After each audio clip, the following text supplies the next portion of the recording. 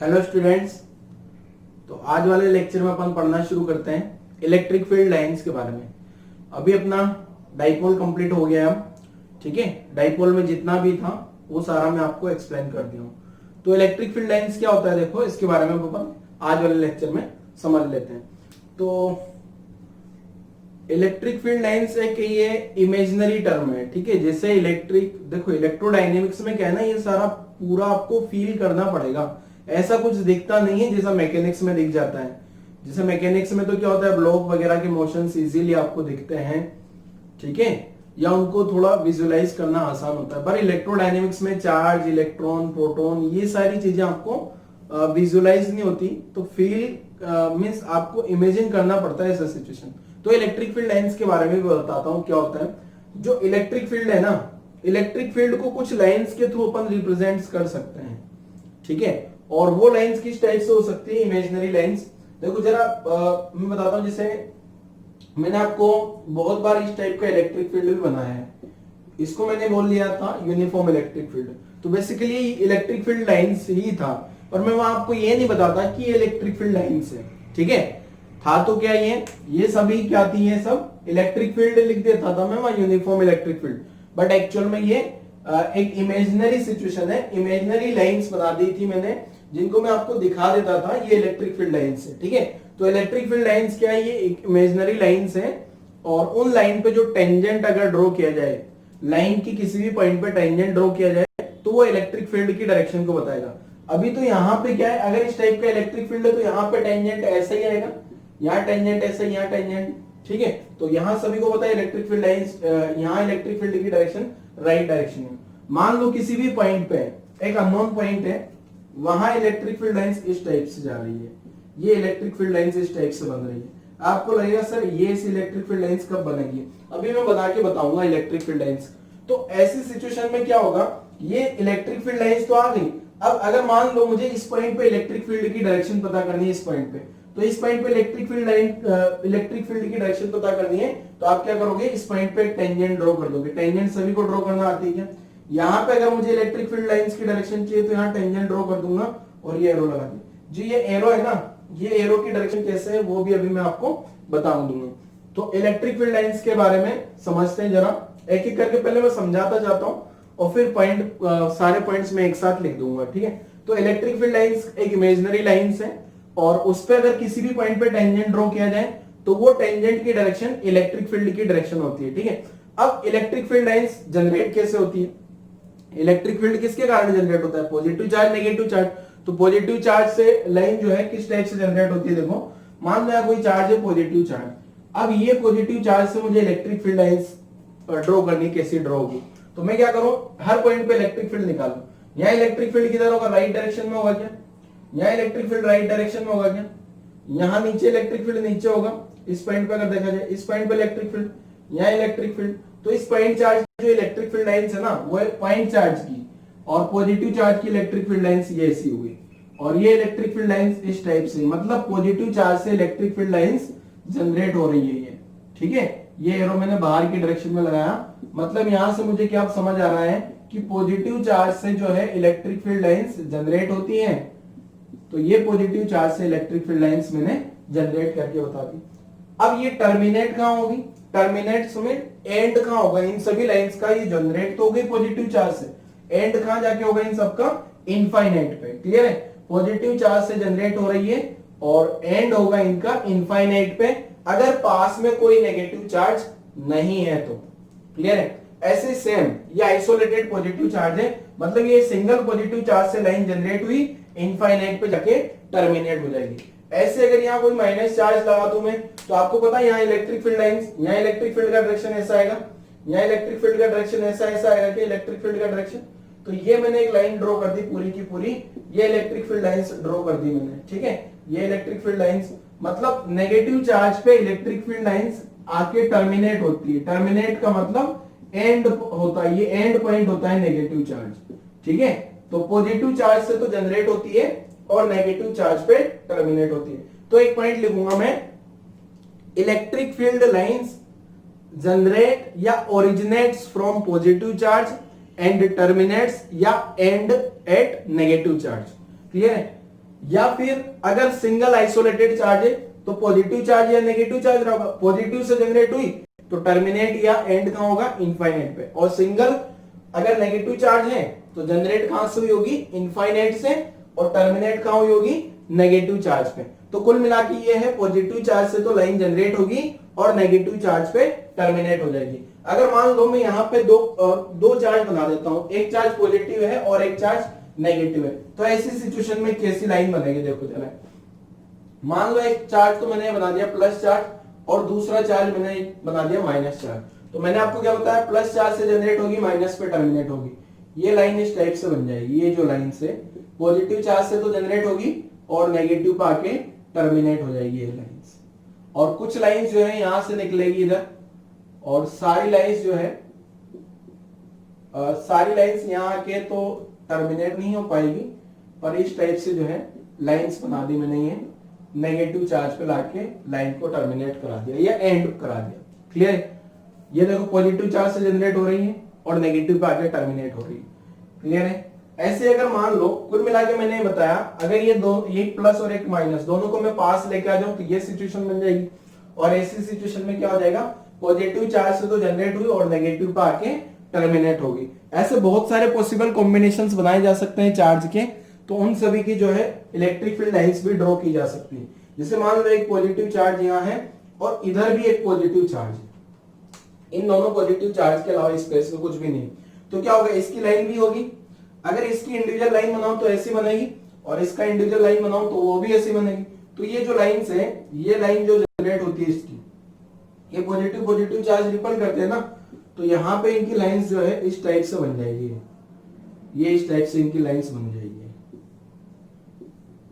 ये इस टाइप से पॉजिटिव चार्ज, दो पॉजिटिव अगर चार्ज है तो उनकी जो इलेक्ट्रिक फील्ड लाइंस है वो इस टाइप से हो जाएगी। मतलब दोनों से जनरेट हो रही है और दोनों की लाइन जाके टर्मिनेट हो जाएगी। यहाँ बीच में कोई लाइन नहीं आएगी, और बीच में एक ऐसा पॉइंट भी आएगा जब इलेक्ट्रिक फील्ड जीरो होगा। आपको पता भी, अगर दोनों पॉइंट चार्ज, ये वाला चार्ज और ये वाला चार्ज इक्वल है, तो जस्ट मिड वाला पॉइंट पे जीरो इलेक्ट्रिक फील्ड होगा। उस पॉइंट को न्यूट्रल पॉइंट बोल सकते हैं। न्यूट्रल, न्यूट्रल मतलब जीरो इलेक्ट्रिक फील्ड। ठीक है? अगर चार्ज का मैग्नीट्यूड अलग अलग है तो फिर वो पॉइंट इसके अकॉर्डिंग शिफ्ट हो सकता है। क्लियर है? तो ये सारे पॉइंट्स मैंने आपको एक्सप्लेन करे धीरे धीरे। अब एक एक करके मैं क्या करता हूं, इन सारे पॉइंट्स को लिख लेता हूं। तो मैंने लिख दिया इलेक्ट्रिक फील्ड लाइंस के बारे में। क्या लिखा देखो, इलेक्ट्रिक फील्ड लाइंस को इलेक्ट्रिक लाइन ऑफ फोर्स भी बोला जाता है। क्यों? क्योंकि ये जो लाइंस है ना, ये लाइंस इलेक्ट्रिक फील्ड को रिप्रेजेंट कर रही है, और वहां अगर कोई चार्ज रहता है तो उस पर फोर्स आ जाता है F=q से। तो इसको इलेक्ट्रिक लाइंस ऑफ फोर्सेस भी बोला जाता है। ठीक है? तो electric field lines is an electric field is imaginary line. ठीक है? इलेक्ट्रिक फील्ड लाइंस जो है, इलेक्ट्रिक फील्ड में एक इमेजिनरी लाइन है, और इलेक्ट्रिक फील्ड का डायरेक्शन क्या होगा, टेंजेंट ड्रॉ कर देते हैं। ठीक है? ऐसा मैंने यहाँ लिख दिया। अब इसकी प्रॉपर्टीज के बारे में एक प्रॉपर्टी में बता दिया था कि आपको पॉजिटिव चार्ज से जनरेट होगी, नेगेटिव पे टर्मिनेट होगी। देखो ये वाला डायग्राम बनाया था, पॉजिटिव से जनरेट होगी, नेगेटिव पे टर्मिनेट हो जाएगी। ठीक है? तो मैंने ये फर्स्ट वाला पॉइंट लिखा है, electric field lines starts from positive charge and at negative charge. Starts की जगह जनरेट भी लिख सकते हो और एंड की जगह टर्मिनेट भी लिख सकते हो। If there is only one positive charge, then line starts from positive charge and terminate at infinite. ये infinite का सिंबल है। ठीक है? If there is only one negative charge, ठीक है, अगर नेगेटिव चार्ज अकेला होगा तो कहां से स्टार्ट होगी, इनफाइनाइट से, और टर्मिनेट कहां हो जाएगी, नेगेटिव चार्ज से। ये चारों डायग्राम आपको याद रखने हैं। इसके बेसिस पे और भी डायग्राम आ सकते हैं, जेई में और नीट में पूछे हैं इस टाइप के और भी डायग्राम्स। ठीक है? तीन चार्ज आ जाए, अगर 3 प्लस चार्ज आ जाए तो क्या होगा, इस टाइप से आपको दिमाग लगा के क्वेश्चंस सोल्व कर लेने हैं। ठीक है? कुल मिला के ये लाइंस क्या है, देखो आपको इलेक्ट्रिक फील्ड की सिचुएशन पता कर लेने की, ये जो चार्ज डिस्ट्रीब्यूशन है ना, उसके कारण इलेक्ट्रिक फील्ड कैसा बनेगा। ये जो बीच में जीरो इलेक्ट्रिक फील्ड वाला पॉइंट आएगा, यहाँ पे जीरो इलेक्ट्रिक फील्ड वाला पॉइंट, इसको न्यूट्रल पॉइंट भी बोल सकते हो आप, न्यूट्रल पॉइंट। ठीक है? न्यूट्रल पॉइंट का मतलब यहाँ इलेक्ट्रिक फील्ड क्या हो जाएगा, जीरो। अब अगर और प्रॉपर्टीज के बारे में बात करेंगे, अभी तो एक प्रॉपर्टी पढ़ी अपन ने इलेक्ट्रिक फील्ड लाइंस की, और नेक्स्ट प्रॉपर्टी ये है, देखो मैंने ये 3 डायग्राम में आपको कोई भी लाइंस ऐसी नहीं दिख रही होगी जो इंटरसेक्ट कर रही हो, मतलब एक लाइन दूसरी लाइन को कट कर रही हो। देखो चारों डायग्राम में देखो जरा, कोई भी लाइन ऐसी नहीं है। चाहे चार्ज डिस्ट्रीब्यूशन कैसा भी हो जाए, ऐसी इलेक्ट्रिक फील्ड लाइंस कभी पॉसिबल नहीं होगी जो एक दूसरे को कट करेगी। ऐसा क्यों, जरा खुद से सोचो, ऐसा क्यों नहीं हो सकता? दो इलेक्ट्रिक फील्ड लाइंस एक दूसरे को कट क्यों नहीं कर सकती? ठीक है, मैं और पॉइंट्स एक्सप्लेन करता हूं, फिर लिखवा दूंगा लास्ट में, पहले एक्सप्लेन कर देता हूं सारे पॉइंट्स। ठीक है, तो सोचो जरा, दो इलेक्ट्रिक फील्ड लाइंस एक दूसरे को कभी कट क्यों नहीं कर सकती? वीडियो पॉज करके आपको पूरा का पूरा लिख लेना है ये नोट्स। ठीक है, मैं पूरा मिटा देता हूं ये।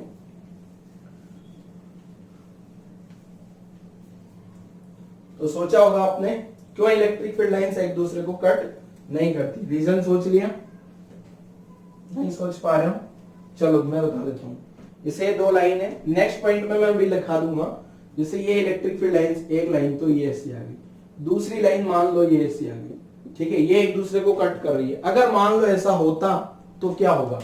देखो ये जो इंटरसेक्शन पॉइंट है, इस पे इलेक्ट्रिक फील्ड की दो डायरेक्शन हो जाएगी। फिर एक डायरेक्शन तो इधर हो गई और एक डायरेक्शन इधर हो गई। क्या ऐसा पॉसिबल है? कोई एक यूनिक पॉइंट पे, सिंगल पॉइंट पे दो डायरेक्शन हो सकती है क्या इलेक्ट्रिक फील्ड की? जैसे मान लो यहाँ प्लस क्यू चार्ज है और यहाँ प्लस क्यू 2q चार्ज है माइनस वन। क्या इस पॉइंट पे इलेक्ट्रिक फील्ड जो है, नेट इलेक्ट्रिक फील्ड का डायरेक्शन तो एक ही आएगा ना? जैसे इस प्लस का इधर आ गया, इस माइनस का इधर आ गया, तो रिजल्टेंट डायरेक्शन तो इधर कुछ ऐसा आएगा ना? दो डायरेक्शन तो नहीं हो सकती ना।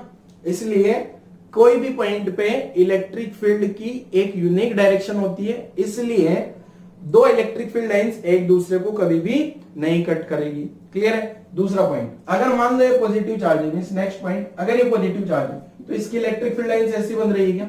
अभी ड्रॉ करके बताया था मैंने। तो इसका मतलब ये नहीं है कि इस पूरे रीजन में यहाँ पे चार्जेस है, चार्ज तो एक सिंगल यहीं पे है, मतलब जहां लाइंस है ना, ऐसा नहीं है वहां चार्ज भी हो। ठीक है, ये पूरे रीजन में कोई चार्ज नहीं है, बट ये इलेक्ट्रिक फील्ड लाइंस हो सकती है। चार्ज फ्री रीजन में भी इलेक्ट्रिक फील्ड लाइंस हो सकती है। ठीक है, जरूरी नहीं है वहां सब जगह जहां जहां इलेक्ट्रिक फील्ड लाइंस है वहां सब जगह चार्ज हो। एक अकेले चार्ज का इफेक्ट है वो सारा का सारे। ठीक है, नेक्स्ट पॉइंट ये है कि ये जो लाइंस है इलेक्ट्रिक फील्ड लाइंस हमेशा ओपन कर्व बना रही है। देखो इस लाइन ने यहां से चलना शुरू किया, कहां जाके टर्मिनेट हो गई? इनफाइनाइट पे। तो कौन सी लाइन रही है? ये जो लाइन बनी है ये लाइन ओपन कर्व बना रही है।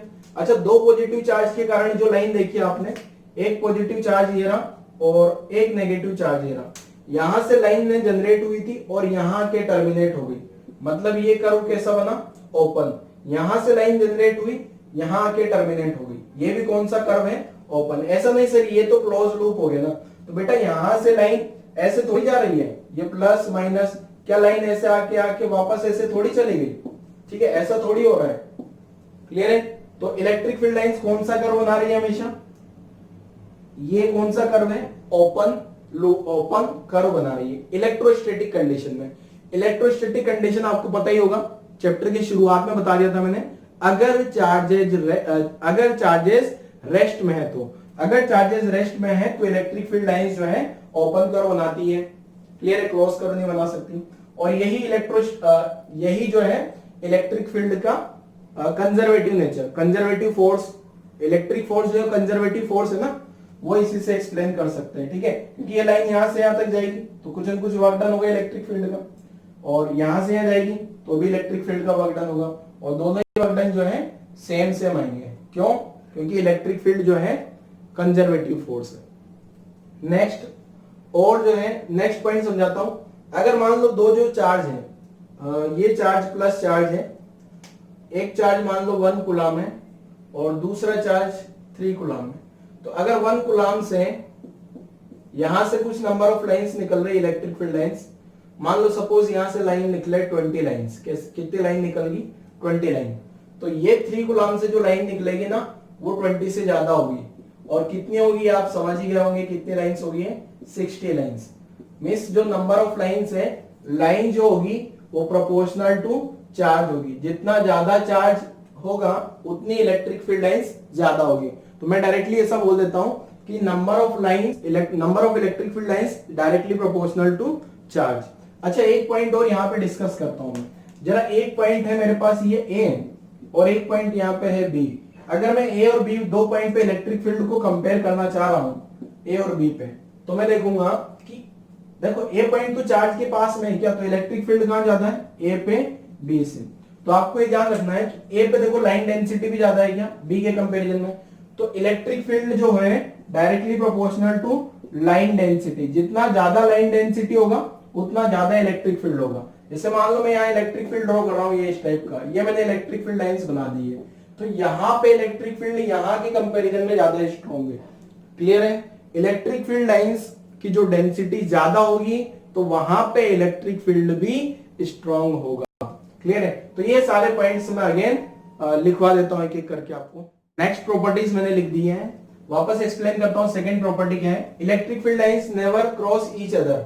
ठीक है, ये इलेक्ट्रिक फील्ड लाइंस बना दी मैंने, ये रही है और ये रही है, एक दूसरे को इंटरसेक्ट क्यों नहीं कर सकती? क्योंकि ये जो इंटरसेक्शन वाला पॉइंट है ना, यहाँ पे दो टेंजेंट पॉसिबल है, मींस दो इलेक्ट्रिक फील्ड आएंगे एक सिंगल पॉइंट पे। ठीक है, तो ये ऐसा पॉसिबल नहीं है, इम्पॉसिबल वाली सिचुएशन नहीं है। तो दो लाइन एक दूसरे को कट नहीं करेगी, और अपन ने जितनी भी लाइन ड्रॉ करी है सब जगह कहीं पे भी इंटरसेक्शन नहीं हो रहा है। ठीक है, नेक्स्ट पॉइंट क्या है? देखो, जो अपन ने कोई भी पॉजिटिव चार्ज के कारण इलेक्ट्रिक फील्ड लाइंस बनाई थी, तो जहां जहां लाइंस हैं, ठीक है, जरूरी नहीं हो वहां चार्ज भी हो, तो ये मैंने लिख दिया इन ए चार्ज फ्री रीजन। ठीक है, चार्ज फ्री रीजन मतलब वहां कोई चार्जेस नहीं है। Electric field lines can be taken to be continuous curve without any break. Means जैसे मान लो एक सिंगल पॉजिटिव चार्ज है, यहाँ सिंगल पॉजिटिव चार्ज है, तो ये पूरे रीजन में कंटिन्यूअस इलेक्ट्रिक फील्ड लाइंस रहेगी क्या? ये पूरे रीजन में कंटिन्यूअस इलेक्ट्रिक फील्ड लाइंस रहेगी। ये चार्ज फ्री रीजन है, यहाँ कोई चार्ज नहीं है। ठीक है, ये अपन ने ऐसी लाइन बना चुके। नेक्स्ट पॉइंट देखते हैं जरा, electric field lines do not form any close loop in electrostatic condition. Electrostatic condition का मतलब स्टैटिक चार्जेस रेस्ट में होना चाहिए। ठीक है, तो ये ऐसा क्लोज लूप नहीं बनाती, जैसे लूप बना रखा है ना मैंने, ये ऐसा लूप नहीं बनाती। ठीक है, ऐसा क्यों? देखो, अगर मान लो ऐसा लूप बना लिया होता, जैसे मैंने यहां बना था ना, दो लाइन अगर कट कर गई होती तो फिर अपन ने मान लिया, फिर रीजन दे दिया कि क्यों नहीं कट कर सकती। अब ऐसे मैंने क्या मान लिया, यहां मान लो अगर ऐसा क्लोज लूप बना लिया, क्लोज लूप बना लिया, मैंने एक पॉजिटिव चार्ज यहां पे रखा, इस पॉजिटिव चार्ज को मैं इधर ले जा रहा हूं, इधर ले जा रहा हूं, तो इलेक्ट्रिक फील्ड का वर्क डन क्या होगा? ये एरो बता रहा है ना, ये जो ब्लू कलर का एरो, ये बता रहा है इलेक्ट्रिक फील्ड इधर होगा, इलेक्ट्रिक फील्ड इधर होगा। तो इस इलेक्ट्रिक फील्ड भी इधर, चार्ज को भी इधर ले जा रहा हूं, तो इस चार्ज को यहां से यहां लाने में पॉजिटिव वर्क डन होगा, यहां से यहां पॉजिटिव वर्क डन, यहां से यहां पॉजिटिव पॉजिटिव पॉजिटिव, सब जगह पॉजिटिव वर्क डन होगा क्या? यहां इस चार्ज को इस लूप के अलोंग अगर मैं ले जाता हूं तो नेट वर्क डन क्या होगा? सब जगह पॉजिटिव वर्क डन होगा। फोर्स और डिस्प्लेसमेंट की डायरेक्शन सेम है क्या?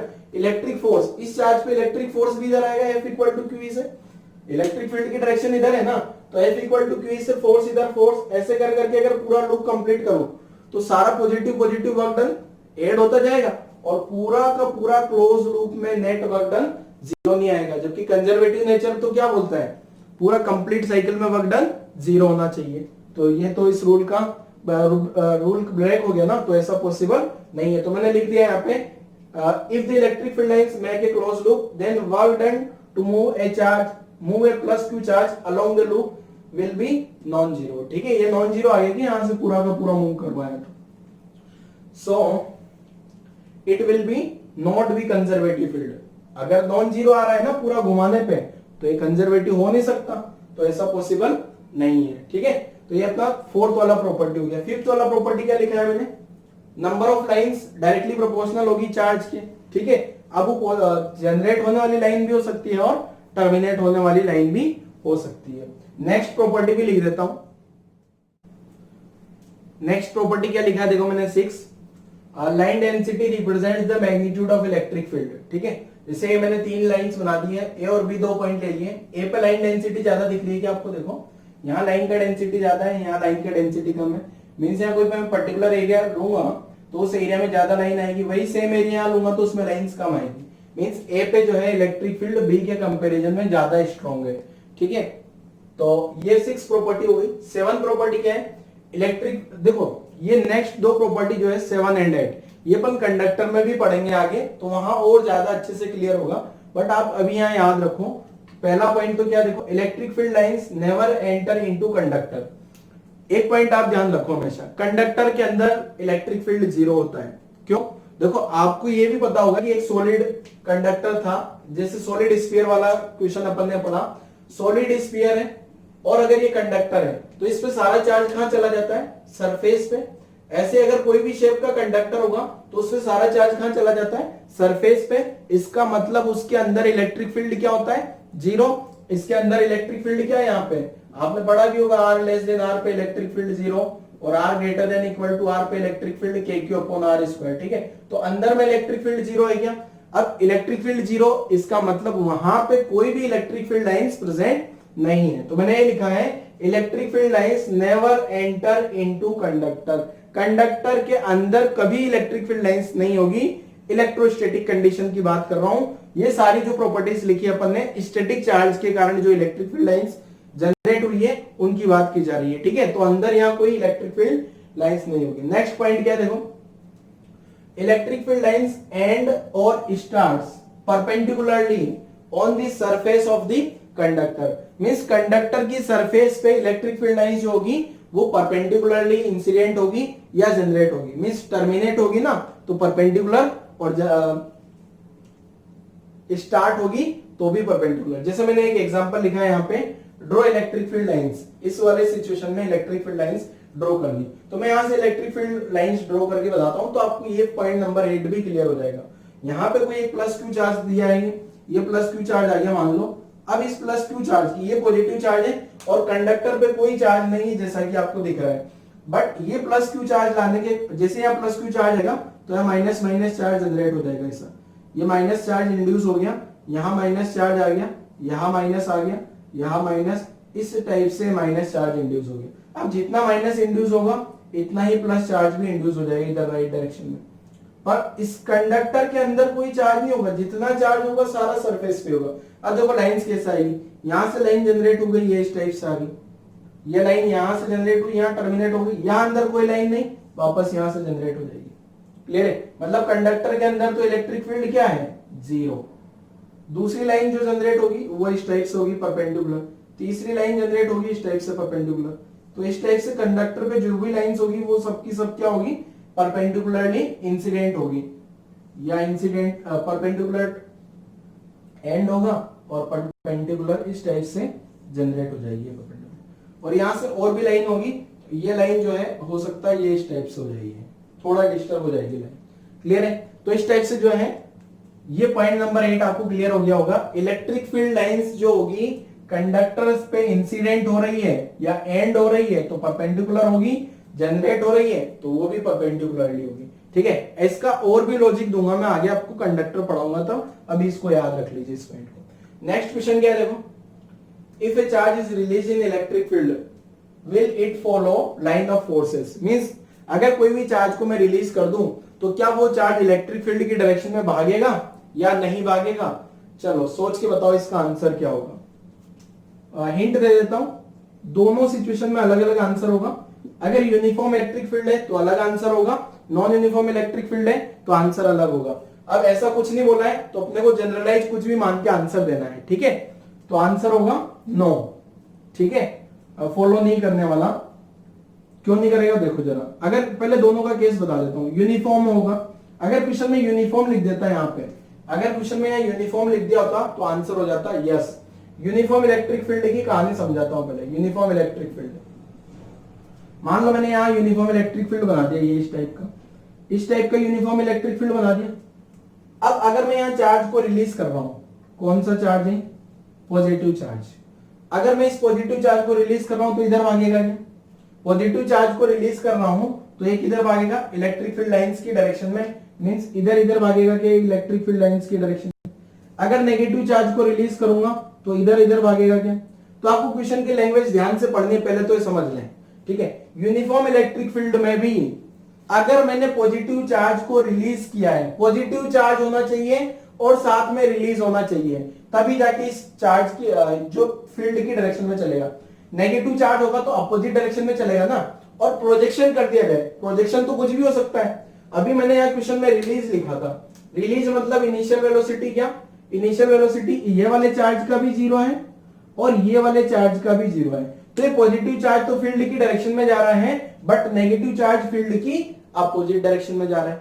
अगर प्रोजेक्टेड होता रिलीज की जगह, अगर ये रिलीज नहीं होता, देखो एक ध्यान रखना, इसका आंसर यस कब होगा, रिलीज किया गया हो, यूनिफॉर्म इलेक्ट्रिक फील्ड हो और पॉजिटिव चार्ज भी हो साथ में। रिलीज हो, यूनिफॉर्म इलेक्ट्रिक फील्ड हो, पॉजिटिव चार्ज हो, तो ये जो चार्ज है वो डायरेक्शन में जाएगा किसकी, इलेक्ट्रिक फील्ड लाइंस की। तो यहां तो चार्ज के बारे में तो कुछ बोला नहीं, नेगेटिव भी हो सकता है, ठीक है। अगर यहीं पे अगर प्रोजेक्टेड, यहाँ रिलीज नहीं बोला होता, तो प्रोजेक्टेड अगर मैं करता ना ऐसा, तो प्रोजेक्ट तो किधर भी कर सकता हूं, मैं ऐसा फेंकूंगा तो ऐसा फेंकूंगा, तो फिर वो इसका पाथ ट्रेजेक्ट्री आ जाएगा, ठीक है। ये तो यूनिफॉर्म इलेक्ट्रिक फील्ड की कहानी होगी। नॉन यूनिफॉर्म इलेक्ट्रिक फील्ड में क्या होगा, देखो नॉन यूनिफॉर्म तो बहुत अलग अलग टाइप के हो सकते हैं। तो नॉन यूनिफॉर्म इलेक्ट्रिक फील्ड होगा तो क्या आंसर होगा, नॉन यूनिफॉर्म इलेक्ट्रिक फील्ड। मान लो नॉन यूनिफॉर्म इलेक्ट्रिक फील्ड इस टाइप का है, ये नॉन यूनिफॉर्म इलेक्ट्रिक फील्ड बना देता हूं मैं यहाँ पे, ये इस टाइप का नॉन यूनिफॉर्म इलेक्ट्रिक फील्ड है, ये इस टाइप का। अब देखो होगा क्या है इस ऐसी सिचुएशन में, जैसे मान लो मैंने यहां से चार्ज को रिलीज किया, यहां से पॉजिटिव चार्ज को रिलीज किया, तो ये पॉजिटिव चार्ज वो क्या होगा, ये पॉजिटिव चार्ज इस लाइन वाले पाथ को फॉलो नहीं करेगा पूरा का पूरा एज इट इज, बट जैसे इसको यहां से रिलीज करूंगा ना, तो इस पे इधर फोर्स लगेगा, और इधर फोर्स के कारण क्या होगा, इस डायरेक्शन में फोर्स लगेगा ना,